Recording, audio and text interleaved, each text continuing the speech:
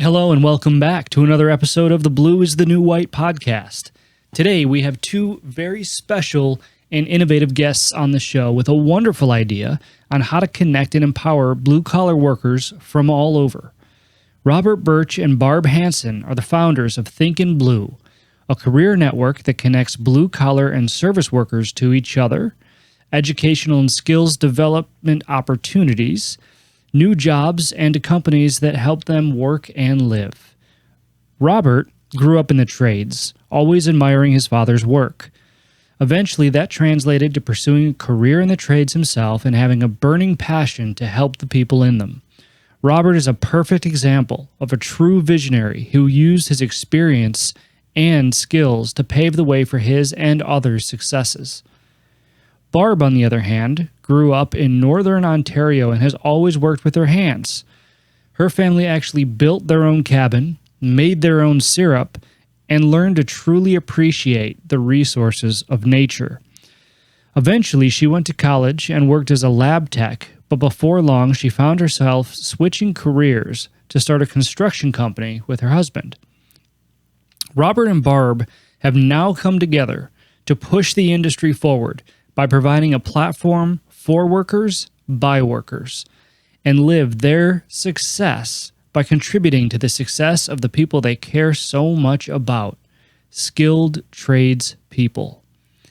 And as always, this show's not monetized and we don't run ads. We rely strictly on word of mouth from our listeners to further the mission and grow the show.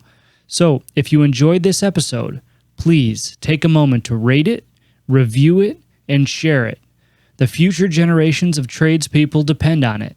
They depend on you. So thank you again and enjoy this episode of the Blue is the New White podcast with Robert and Barb of Thinkin Blue. Hello and welcome back to another episode of the Blue is the New White podcast. Got a couple of guests for you today. Very excited to introduce Barb Hansen and Robert Burch. Barb, Robert, welcome to the show. Thank you. We appreciate it. I'm very excited to talk to you both and hear your story and what it is you're doing to help serve the industry. So, Robert, why don't we start with you? Why don't you tell us a little bit about you, where you come from, how you got to where you are today? Well, first of all, I appreciate the invite on your podcast. Barb and I and Thinkin Blue are excited. So a little bit of background and history with me. I was born in northern Ohio. I come from a large family. I have 3 older sisters and 2 younger brothers. My dad was a general contractor, and I'm going to go way back to when I was 5 years old. So my dad, when I was growing up, he was my idol. He was a big guy, ex-Marine, and had a hard shell, but he had a soft heart. So when I was 5, instead of watching cartoons, I loved going to work with my dad on Saturday. And then in the summertime, I would go a couple times during the week. So he taught me the trades, introduced me to the workers, what they do. And I realized, and we would always talk all the time, and he would always talk about his employees. My dad had a special passion, love, and respect for the blue-collar working people. And he always explained to me, he goes, son, I have immediate family and friends, and I have my second family, and that's my blue-collar, my employees. So fast forward, I'm in my teens. I'm working for him as a laborer. Went to college. Eventually put college on hold, went from a laborer to a bricklayer to a foreman, superintendent, eventually in charge of the director of the operations in Southern Ohio. We built big projects, oversaw hundreds of employees and other subs, and I developed the same passion and understanding for the hardworking class. I remember back in the days and where we would get a labor and he would take up a passion for carpentry work, or bricklaying, concrete, cement work, or he wanted to get in. Say we introduced him to one of our subcontractors, which was electrical. He became an apprentice with them. We were always trying to help and support the working class people, and because they have their own passion for what they do. So it's taking somebody under your wings and taking an interest in them and help directing them to how they can advance their career and their life. To this day, fast forward, California, I took my dad's passion and understanding and teachings. I did the same thing and have many hundreds of friends in the blue-collar world, also owners of businesses, subcontractors. So I have parties. I have people that I have, for instance, Tomas. He was a busboy at a fancy restaurant, and I just noticed him. He was fantastic. He was observant, cleaned the plates. He always had a friendly smile, chatted. I gave him $100 tip one night, and I says, "Hey, you and I need to talk." So he gave me his number, and I says, "I want to hire you." So I hired him as a labor, working for me. From there, he became a carpenter, and then he became one of my foremen. And today he has his own business, and he specializes in tile work. So Tomas and I get together still to this day with his family. They're part of my family, and we celebrate life. And those are the things that pleases my heart, to be able to take somebody and help them advance in their life and in their career. So unbelievable. I got goosebumps over here. Holy cow. No, what a great story. That's so fantastic. And I think that, those are the types of things that my listeners love to hear, because it shows such a true passion for not only the industry, but the people in it, It's the people. It really is. Yeah, absolutely. All right, I've got a lot of stuff there I want to circle back on, but Barb, we're going to get down to you, and I want to hear your story as well. Sure. Nice. Thank you for giving this option. It's lovely to be able to chat with you and to talk to your listeners. I am a Canadian, born now living in the U.S. I was born in Northern Ontario, grew up in the far, far north of Ontario, little tiny native community in the far north of Ontario. And then sort of mid through primary school, my parents and I moved a little south, still far north of Ontario, but south from where I was. And we founded a little homestead farm. And I think farmers are sort of the close cousins to blue collar workers. Lots of pride in calloused hands and doing a job and finding your way through. I think that's one thing I learned from growing up in the far north, is that there's not a lot of services. You have to rely on your neighbor. You have to rely on those people that are plowing the roads and making sure the stores are open, because otherwise there's nothing there. So having grown up on a small little homestead, I'm not going to call it a farm because that denotes something a little bigger. This was more just feeding our family, but we built our own house. There's not many kids in grade 8 or grade 7 that are pretty good at mudding drywall. I was pretty good at mudding drywall. Then we built a log barn, and you always have your hands, got a sawmill, started chopping down trees, and we made our own maple syrup. So we tapped trees very sort of to the land. I think that's my tie to the blue collar world. I went to college, got a 2-year degree, ended up 2-year diploma in Canada, worked as a lab tech in a hospital, very much sort of the worker side of the healthcare industry. Great paying job, 2-year college, quick training, well-paying, meaningful job. From then, I founded, that sounds so startup-y. My husband and I started a log home construction company. So I moved from healthcare into construction, and really the craft side of construction, like Bob said, it's the people that are dedicated can turn a tree into something that is beautiful, from finished interior kitchen cupboards to just joining two 40-foot logs that shouldn't be horizontal and joined together. Such a level of pride and workmanship, but using all those big, heavy, powerful tools. You don't pick a log up by yourself. It's cranes and chainsaws, but still being able to craft something that's so fine and delicate out of something that was something else. So that's what, you look at a tree and turn it into something else. And that admiration that people, that being able to give jobs to people that have that talent in life.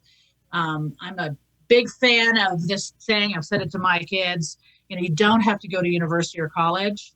Just get a piece of paper that says you know what you do, because no one can take a piece of paper away. So if you want to be a plumber, become a journeyed plumber, right? If you want to be an electrician, get that piece of paper that says I'm an electrician, and you can take that anywhere. And to me, that piece of paper is equal, I will say equal, if not better in some cases, than a 4-year degree, because it's something you can, if you have your hands and a set of tools, you can work. And that is such a valuable skill to have in life. And it's sort of unfortunate. I'm of the age where going through high school, trades were not, they weren't promoted. They were there in high school, but they weren't promoted. The auto industry is failing. Don't go into the auto industry. This is sort of I'll date myself, the 80s. But, to borrow a phrase from Dunkin' Donuts, the world runs on Dunkin'. It also runs on the work of blue collar workers. We're the ones that, drive, demolish, build, create, serve, care for, protect, and repair. Without that, we don't have an industry. We don't have a society. And again, I didn't grow up in the blue collar world, but I grew up peeling logs and mudding tape and, working out in the fields. And it's just a wonderful thing to honor workers. Yeah. Whatever that work is, it should be honored and respected and celebrated. And, I'm happy to be with Bob, part of a company that's working towards that. Yeah. No, absolutely. What a great story. That's fantastic. Growing up in North Ontario, and just all the different things, that you were able to do with your hands. That's a lost art, I think, nowadays. There's not a lot of people that have those types of skills, and to learn that at such a young age, I think is incredibly important. And it, not only is it important for, general survival reasons, but it's also important because it gives you an appreciation for, what the people do in the industries that perform those tasks on a daily basis. You mentioned,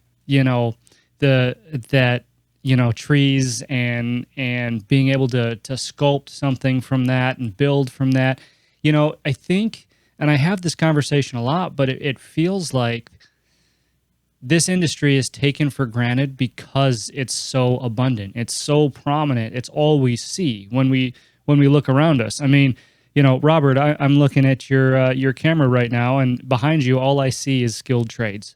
With the windows and the lights and the ceiling, and I mean, It surrounds us on a daily basis. The tradespeople literally manufacture civilization as we see it today, and because we're immersed in it all the time, I think it honestly just takes away from, the appreciation for it. Does that make sense? Yes, it does. Yeah, it's a true craftsman. Yeah, right. Absolutely. One of the things that I sort of hearken to is when you, because every trade is based in history, right? Modern plumbers are based in historical. Carpenters use tools that carpenters have been using for years. Log home builders, other than the chainsaw, they are still using tools that were used 200 years ago or 2,000 years ago building temples in Japan. Same tools. And when you hold those tools and you craft something, you're literally touching history and you're bringing history forward. And I think that's something that we don't honor as a society in these trades. We look at them as, oh, it's just work they're doing, but it's really important work. Like you said, Josh, there's something about that history and transforming a natural resource. You know, to borrow a Canadian phrase that's used all the time in the Canadian government, sort of value add, right? We don't just want to chop down the tree. We want to chop down the tree and turn it into something and then sell it, because it's that value add that turns an economy from just a resource-based economy to an economy that supports more than just the people cutting down the trees, just to use trees as an example. And that value add is what the blue-collar industry does. From we did a little research here at Thinkin Blue on the number of blue-collar employees that Tesla hires through their network of affiliated contractors and it's over like 250,000. Wow. Blue-collar workers work for companies that manufacture solar panels and manufacture the batteries. Yeah. But when you say Tesla to the average person, they think high-tech developers. There are more blue-collar skilled industrial workers working for Tesla or the related companies than there ever are developers. And I think that it behooves people like us to start telling that story and giving a vehicle for blue-collar workers to tell their own story. Absolutely. I mean, because that's such a great point, you know, because these other careers are put on this pedestal, right? And kids look up to them these days, you know, being a programmer or, you know, a social media influencer or, you know, any of these other professions that are just regarded as, you know, such great careers. And people don't realize the importance and how many actual blue collar workers are there in the companies that they are hoping to be a part of one day. You know, and I actually I think I just read something recently about how Tesla and Elon Musk are actually making extreme advances in the HVAC industry as well. Which I thought was interesting. I'll probably have to do a podcast on that one of these days. But yeah, no, that's super interesting. And I want to ask you guys all about your company in a minute. But I had a couple of questions here for Robert. So, Robert, you said growing up, so you've been doing this kind of working with your hands since you were 5 years old, working with your dad.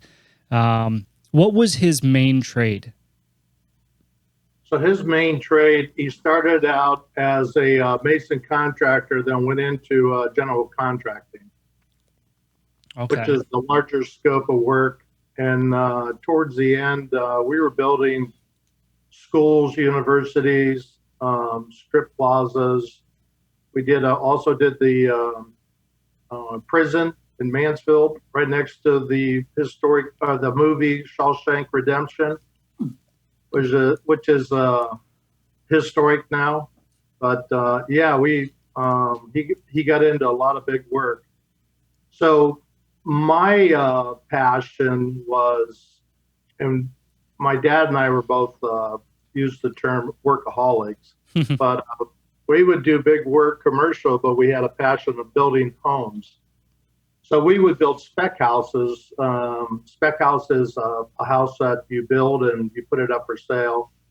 So I fell in love with that. And eventually I moved to California, and that's what I started with, because I loved designing the houses, building them, then putting them up for sale, and then eventually got into commercial work.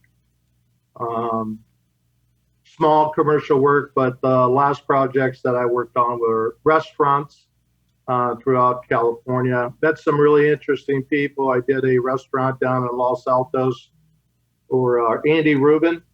That it's a really cool story. So Andy Rubin was the inventor of the Android phone, and I didn't really know anything about him when I first met him, and then I realized, you know, who he was. So his wife Brie And Andy wanted he didn't like the coffee shops in Los Altos, so he says, "All right, I'm going to open up my own cafe and coffee shop." And he didn't care whether anybody came. He just wanted to go to his place and have a good cup of coffee and some pastries. So I met Andy. We had a wonderful experience, and I can go on. I did a project at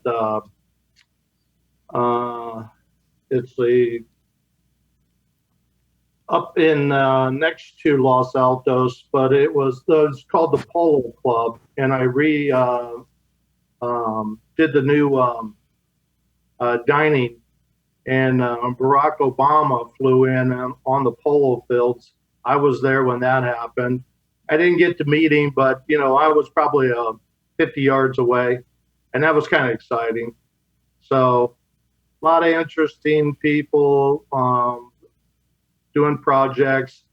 To me, I love building something, and I can actually visualize it as I'm building it before it starts taking form.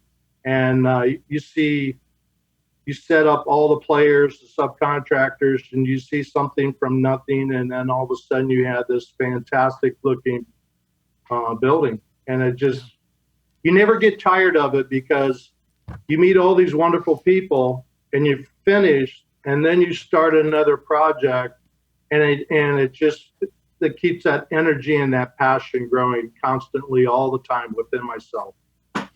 Yeah. And that's that sense of satisfaction that we talk about, right? Being able to visualize something and actually see it come to life, right? You see it through the process, and you see the foundation go down, you see the framing go up, you see the electrical get run, you see the HVAC systems get put in, you see the walls go up and the roof go on, and suddenly what you were picturing in your mind is now reality in front of you. And that's the superpower of the blue collar community, right? Is the ability to do that. And honestly, in so many different trades, it's the same idea but different, right? And we talk a lot on this show about the definitions of success and what that looks like to different people. And I've always said that my definition of success is being able to lay my head on my pillow at night and feel accomplished with what I've got done that day. And I couldn't do that if I was just sitting there typing, data into spreadsheets all day, or, there's a different feeling, I think, when you can be responsible for the manifestation of something physical, whether it's building it or fixing it or whatever, what have you. It's just different. And that goes into my next point too, with you meet so many like-minded people, and the travels and the skilled trades, they take you everywhere, not necessarily geographically either, but I'm listening to you, Robert, telling me your stories about, Andy Rubin and Barack Obama. And these are opportunities that were presented to you because of the line of work that you were in, right? That's correct. Yeah. Yes. That's just wonderful. To add to your story, which is really nice, because it happens, I would say 80 to 90% of the time, is so when we complete the project, we usually have a big party at the end, the building's done, and the owners of that business usually invite all the workers and subcontractors, everybody that worked on the project. They get to come in and see the finished product, and that gives them a sense of satisfaction that they were part of something that was nothing, and now you see this beautiful result. And you can see it in the workers' eyes, and it's just heartwarming to, like you said, we finish something, and then you get to start it all over and start a whole new experience. It's a great feeling. Yeah, no, absolutely. Barb, I want to jump to you real quick here. And then I want to talk a little bit about Thinkin Blue and Sure. kind of dive into that. But you said that So you went to college, you got a 2-year degree, and then you ended up as a lab tech, right, in a hospital. But then from there, you started a construction company. I have to ask, what led to that? Well, I mean, why? So that was sort of a serendipity of, the person you meet and fall in love with. Oh, okay. And lucky for him, having grown up in the North and built a log for just weirdness, my parents and us built a log home, built barn, mostly because if you live on land and you have a lot of logs become the most efficient source of material instead of having to go buy lumber. So we would come home from work. My dad would cut down a tree, grab the tractor, pull the tree over to where the 2 trees over to where the barn was. My brother and I would peel it. The next morning before we went to school, we'd roll the log up onto the building, and my mom would scribe it to set it down. So I had a pretty good set of skills when I met my husband, and he just had this passion for log home construction, took a 6-week class with sort of a mentor apprentice program, nothing official. And one of the things when Bob was saying the thrill of the end of the construction party, log home construction is built on our site. We label it like a big erector set and pull it onto 3 or 4 huge 40-foot trailers. We drive to where it's going. We build buildings all over North America. And then we do the sort of Amish barn raising. You just pull everything off, and it's the family and the neighbors and the truck drivers are there. And we usually had to get a D9 in to pull the trucks up mountains because people build log homes in weird places. And there's nothing more satisfying than starting with nothing at 8 o'clock in the morning, and 2 days later you have a log home structure, shell, and just that. We also build timber frames, which is very much the Amish barn raising. And there is something, and magical is not the right way. It's almost spiritual about that raising. Having human beings lifting timbers up was just an amazing experience, and something that I still feel that excitement 20 years later of being able to take someone's vision and seeing skilled people work. I did most of the office work, still peeled more than my share of logs. Need a log peeled? I got you. If you ever need a log peeled, call me. I'm pretty good at it still. But there's just something really sort of spiritual and attaches you to the ground and the earth when you do this sort of big work.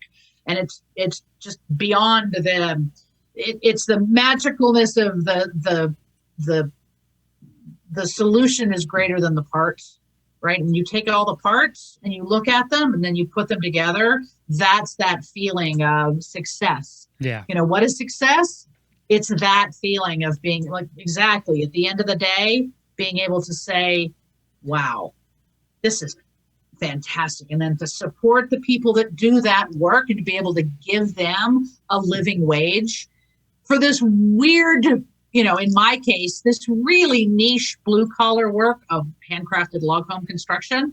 That's a pretty niche world. And to be able to support the workers that love this and the craftsmen, I think that was sort of my sense of accomplishment at the end of the day, was just that rooting to history and then giving the opportunity for other people to also get rooted in history and have a living wage doing it.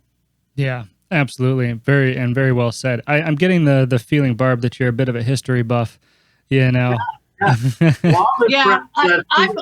dad's a teacher. So we spent many a night around the dining room table talking about why things are the way they are and what happened in the past. And I also grew up, learning to, milk goats and plant corn and eat things. And, the good old almanac has some really good suggestions on how to do that even today. So I think if we, not to borrow a especially in the trades. This work is rooted in history. The Japanese temples use the same handcrafted timber frame joinery that we use today in North America in modern, not factory built homes, but timber frames are using the same joints that master craftsmen used in Japan. You kind of get a sense of you want to sort of learn more about that because it illuminates what we're doing now. Yeah, no, absolutely. And some of that stuff is absolutely remarkable. Some of the tools that were used and what we've, kind of derived our modern concepts from today. And even like you said, the ones that have remained exactly the same, just, Yes. it really, this type of work, the trades, the skilled trades in general, people don't understand how far back that goes. I mean, that's literally the oldest and most honored profession there is. I mean, that's all we knew at one point in time. So, Right. Robert, were you about to say something earlier? I think you got cut off there. Well, I was just going to comment. I'm impressed that Barb brings up and knows about a DC-9. I love that. For our audience, why don't you explain what a DC-9 is? So a DC-9 is a big bulldozer. The big ones. The big Put a ones. plate on it, and you put a chain behind it, and it's great to pull those big logs up. Yep. That's right. All right, Barb, I got one more for you, and then I want to get into Thinkin Sure. Blue. So you made a comment earlier that I wanted to touch on a little bit, saying that whether that piece of paper is from a college or not, sometimes it could be better than even a degree.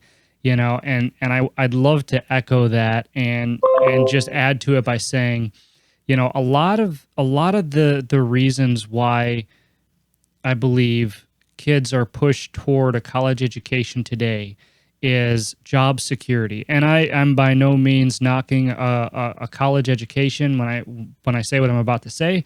To each their own, and it's really, if college is for you, it's all about the ROI. What can you get from it? But if you're going to college just because of job security, that is a wildly outdated belief, especially when you compare it to something like blue collar work, the skilled trades, because as you alluded to, you'll have a job, you'll have a career no matter where you go. If you know how to work with your hands, you will always be able to sustain.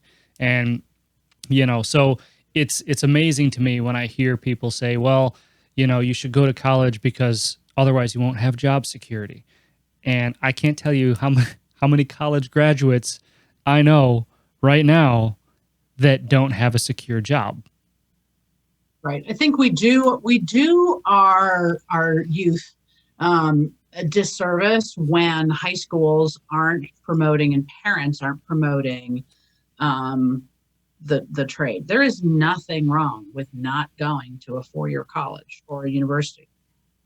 Find your passion and grab onto it, however that passion needs. And I'm not talking the social media follow your bliss.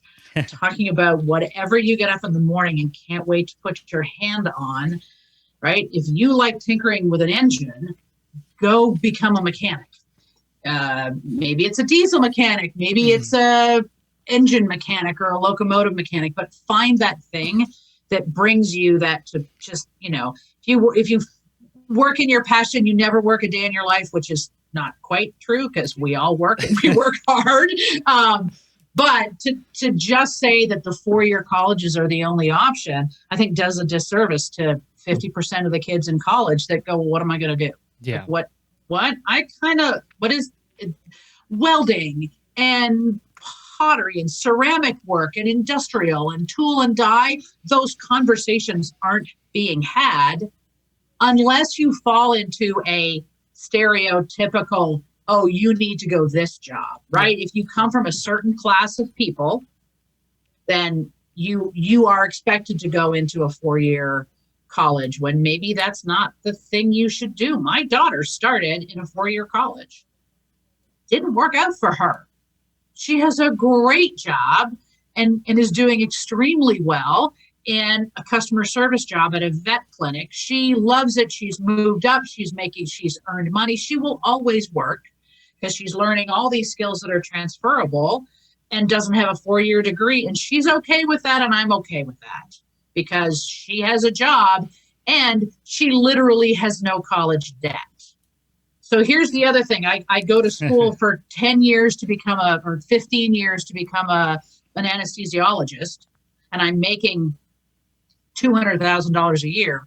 I have a $300,000 college loan. Yeah. I go to school and I become a journeyman plumber. I'm out at 65,000. I top out at 80. I'm just using numbers, right? With overtime, I'm earning that from day one.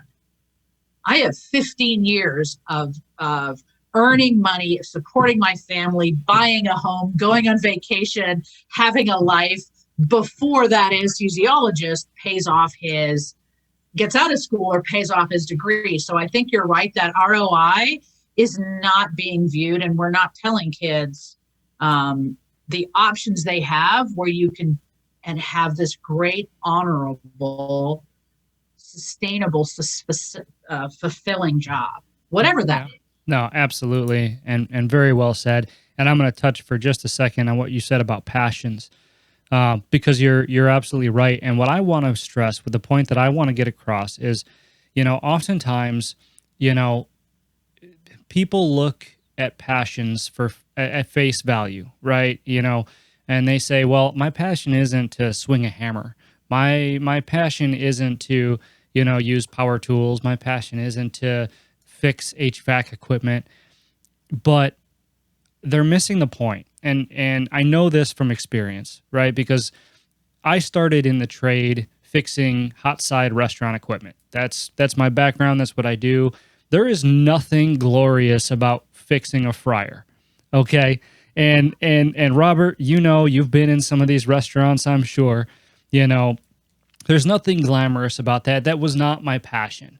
Okay. But the passion comes from what you can find in doing that work, right? The passion comes from being able to fix that fryer and tell the restaurant owner who lives and breathes by running his business that now he can serve chicken wings on Friday night, and it comes from being able to take whatever it is that you're good at or whatever skills that you've learned and turn that into an organization or a company that supports 5, 10, 50 different families.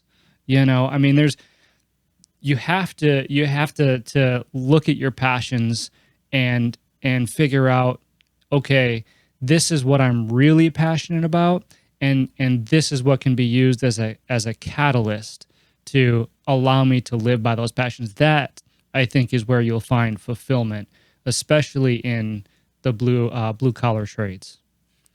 Yeah, that's a very good point. We tend to be very superficial when we say passion. It's very sort of what I can put my fingers on, not the feelings. Yeah. I would have been a street racer. Yeah. So I got to say, you bring up a really good point because I'll use probably 1 out of 10 people, and say they have a trade, being a carpenter. One of them out of those 10 will have a passion that wants to become a foreman or a superintendent, and then eventually have his own business. The other 9, and there's nothing wrong with this, I think it's great, they just want to be employed by a good company that takes care of them, and they know what they're doing day in and day out, 5 days a week, and they feel very comfortable with that. So those people are always going to be there. They're going to be the greater number, but you're always going to get a few out of the group that has that passion, that want to take it to the next level for whatever it may be. And to get back to another point, when you guys were talking, my dad always taught me about checks and balances. Checks and balances it really is every aspect of our life. It's personal life. It's also in our business life, whether you're an employee. But I think the year when 2000 came around, there was a big push for the young people to get more into technology, and we started losing that blue collar field. People wanted to get into the new thing, technology, and thought that they could become rich quick. And I think with the administration that's in office starting in 16, I think that basically the way I saw it is he brought back that recognition of the blue collar people, and he used to refer to it the blue collar boom, and it took off. And to this day, there's more recognition for the blue collar people and the manufacturing, the companies. They're in the media, they're getting recognized, and people are, like you said, that have this college education can't find a job. Now they're coming back and they're becoming electricians and plumbers and truck drivers. So it's that check and balance. So that balance is now swung over to the blue collar side. And it's a beautiful thing to see. It absolutely is. I couldn't agree more with that statement.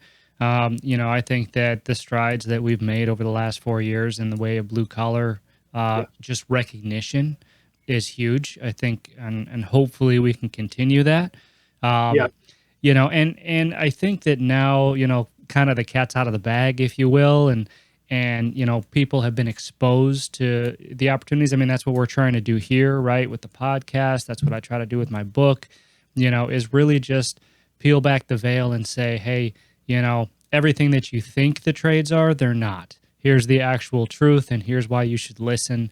And here's, frankly, why if you're a parent, you should talk to your kids about this. If you're an educator, you should talk to your students about this, because, it's like that, what did Einstein say? Everybody's a genius, right? But if you judge a fish by its ability to climb a tree, it's going to live its whole life believing it was stupid.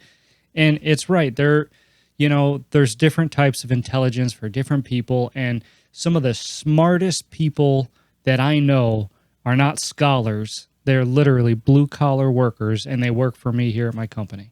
And it's just amazing. So anyway, I want to take a dive into Thinkin Blue and kind of learn a little bit more about it, what it is, who it helps, and all of that. Robert, you want to take this one, or Barb, you want to take it? I'll let Bob start, and then I'll jump in at the end. Barb can add in, but so Thinkin Blue is kind of like what you were talking about. Basically, it's kind of like the backbone of America, the old commercial and stuff like that. So Thinkin Blue is to honor and support and recognize the Thinkin Blue collar workers of the 120 million plus out there. And it's not including Canada. It's a huge market. So when I first came up with this idea, I had Facebook was out there, LinkedIn was out there. We started getting all these platforms, and I would have people come up to me and say, it'd really be nice if we could have a site dedicated to us. And they were talking about carpenters, electricians, and stuff.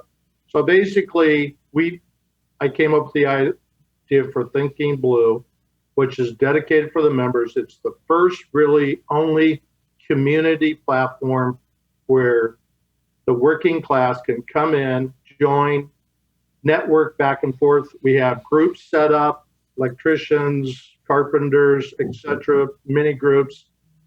On the platform, Josh, I go every morning, and we have new members every day. I go in and welcome them onto the platform. But what really pleases my heart is reading what they say. And they're saying, this is a wonderful site. Boy, I'm really enjoying this. It's really nice to be able to be on a platform where I can talk to other electricians. Those things this is what I dreamed about. This is what I visioned, and now I'm seeing it. The fruits of our labor is finally coming true, and it's a wonderful thing. We're going to offer not only just networking, but we're going to have education, trade schools, help them with taking the waitress, so to speak, that Barb came up with really great on our pitch deck. A waitress that maybe gets into, wants to become an electrician or some kind of consultant or whatever. But we're going to have education, we're going to have brands, we're going to have job postings. It's going to be the platform, which I always love to call second family platform for all blue collar workers. So I'm going to give Barbara an opportunity to chime in here because she has as much passion for this as I do. I can tell. and I love her to death, and she's like my sister, and I couldn't have done this without her. Well, thanks, Bob. It was a good, you meet people that you click with, and Bob and I are that. We're a really good team when it comes to building this. So one of the challenges that workers face is it's not just getting the next job. It's how do I prepare for the next job? How do I determine what my skills are? What training do I need? What's the best career path if I have this skills? And LinkedIn does that for me as a now white collar worker, right? I work in technology. I have that support on LinkedIn. LinkedIn does not support or attract or want to attract anybody in the blue collar for lots of reasons. Number one, it's not their marketplace. LinkedIn only attracts 26% of the people who make under $75,000 a year, and blue collar workers are paid well. But most of them fall in that sort of, 75, some are under that, in that what we like to call a sub-baccalaureate space. So people who have not gone and got a 4-year degree, LinkedIn doesn't give them the career tools. Other job sites that specialize in blue collar are just worried about the next job you get. They're great blue collar job sites, but they focus on you need to get a job. Well, blue collar workers statistically are looking for a job less often than white collar workers, which is really interesting when you think about that those people like their jobs and they're staying in their jobs. So if your site is just focused around the next job, we're not answering the other 75% of what people want to do online and help their career. So Bob had the idea for Thinkin Blue. Our job, our tagline is, the career network built by workers for workers. And we want to give high-end career tools that I, as a white-collar tech worker, have on LinkedIn. They're just part of my life. That doesn't exist for blue-collar workers, and it should. And that's our goal, is to build a site that answers the societal needs of people. They want to connect with people that they're like. They want to interact with people they are like. They want to learn and grow and share. And then also the career side. What skills do I have as a waitress, and what job can I get if I can no longer be a waitress because of COVID and my restaurant's shut down? Well, interestingly, waitresses have really good customer care and customer care skills. That's a job that you can get either in a lifeboat job, or which is I just need a job for the next couple of months until my waitress job opens. And you don't have to go to school for it. And I think that's a lot of in the past, the sites that were trying to help blue collar workers was all about, now you can become a developer. But that's not what a plumber wants to do. A plumber wants to just be a better plumber. So that's our goal, is not to just say blue collar workers don't want to continue in their job. They want to become an office worker, or here's how you can learn to code. No, let's honor and support people in the trades, giving them the same top quality career tools that white collar workers have, but specifically written for and developed for blue collar workers. Wow. Okay. That makes sense. And I think that that's a huge, probably white space if I'm not mistaken, because the way that you explained it, is really spot on. These blue collar workers, they don't really have a platform to collaborate and to network and to grow and to play to their specific set of skills. And so that's what Thinking Blue really focuses on. Okay. Right. That's Wow. correct. That's We're also a community because, as Bob said, there's something different about a job site. I have worked in a job site, right? Built handcrafted log homes, and I've also worked in an office. It's a completely different relationship that you build when you're working with your hands beside somebody. To go back to Bob's comment on the second family, we really want to support that and not ignore it and say that's not important to our members, because it is, because of the nature of the work and just the nature of the collaboration that happens on a job site. So it's what's one thing LinkedIn doesn't do very well, right? LinkedIn is very much, this is about jobs and it's about, networking, but we are a mix. We're a mix of also a really good place we've got guys talking about their pizza, their, not to plug a pizza company, but the Uni pizza ovens and, people talking about hiking that they're doing. And that's all part of the experience. And what makes blue collar job sites different is it is that second family. And we also need to and want to support that, along with all that career stuff that has frankly been ignored, mostly because startups come out of Silicon Valley, and Silicon Valley doesn't think about blue collar workers.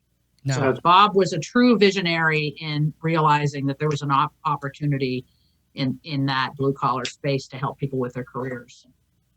Yeah, no, absolutely. And it sounds like it. And it sounds like a phenomenal idea. How long has the site been around? How long has it been live? So Barb and I started this November of last year. The site in alpha launch came in around end of April. So probably, May. We're now into beta launch, and we actually started getting members around October.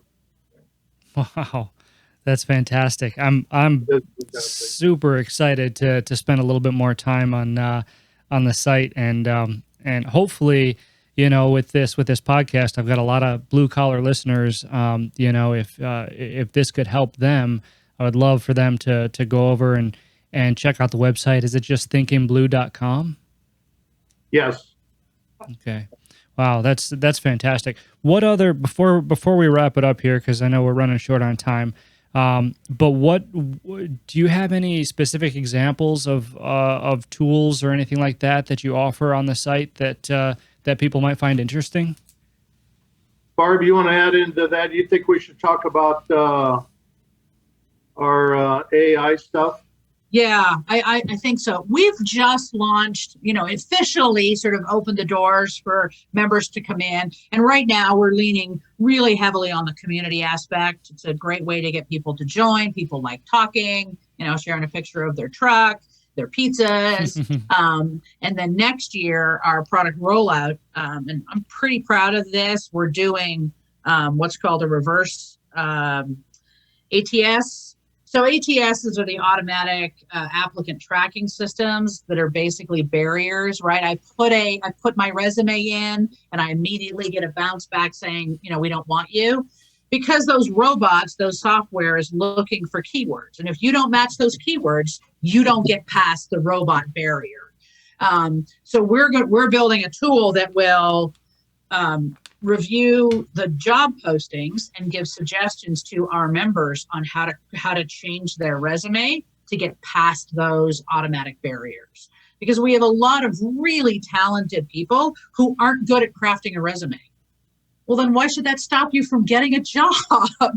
So, and then we're building a tool that will scan your social media if you give us the right to do it, and then pick out your skills because I know my skill set. I'm older, right? You ask me what my skills are, I'm going to bang off 40 of them. Could I do that when I was 21 or 22 or 30? No, because they're just things that I do. So we're building a tool that will suggest the skills that you're good at. Oh, you're a waitress that's been doing this for 5 years. Here's the 15 skills you have. We know you have it because you've been a waitress for 5 years. Or I've been a plumber, and here's the 15 skills, soft skills mostly, right? Everybody knows their hard skills. So we're trying to build a career site that really has those tools. And those are tools that we'll be launching next year that are frankly unique. Nobody has those. LinkedIn isn't doing that. LinkedIn has a little bit of skill suggestions, but we're really excited to make the finding a job easier. Yeah. No, because when you need to find a job, it is overwhelming and stressful and hard. So that's from a job site or from a getting a job. The other thing we're going to set up is sort of a formal mentor apprentice program. And I think that's really helpful because if you live in a small community, there may not be a master plumber, or he may be 4 towns over. It's pretty easy to find a master plumber, a mentor apprentice program in a bigger city, but we don't all live in big cities. So that I think is that's going to be a nice way for older people to give back, younger people to find those mentors who can help them. And again, hearkening back to that history of a guild where mentors and masters would take apprentices under their arms and sort of build an electronic virtual version of that. Yeah. Right. No, that sounds like it's going to be an incredibly valuable tool for anybody using the site. And I really love that community aspect too. I think I see that as being kind of what ties everything together. You know, the ability to be able to collaborate with like-minded people, like we were talking about earlier. You know, and then having all these other tools around to just add to, you know, the strength of your career and the strength of your ability to get another job or to advance or to just learn, you know. Right. And that's the best way to do it, I think, is being able to connect with people and share that knowledge. And what a wonderful day and age we live in, right? With the ability to actually do that at our fingertips. No, just remarkable work that you guys are doing. And Barb, for the record, I wouldn't consider you white collar. I'd consider you skilled trades adjacent. Well, Bob and I have this we say this about every week. The skill set that Bob and I bring to this is passion. Hello? And which is sort of passion and execution. And when we say that, I just harken back to, you know, all those guys I grew up with. Just if there's a problem, going back to what you said, Josh, some of the smartest people I know are not academics. They're that guy that figures out how to pull a 40-foot trailer with, you know, 17 tons of logs on it up a hill with a D9.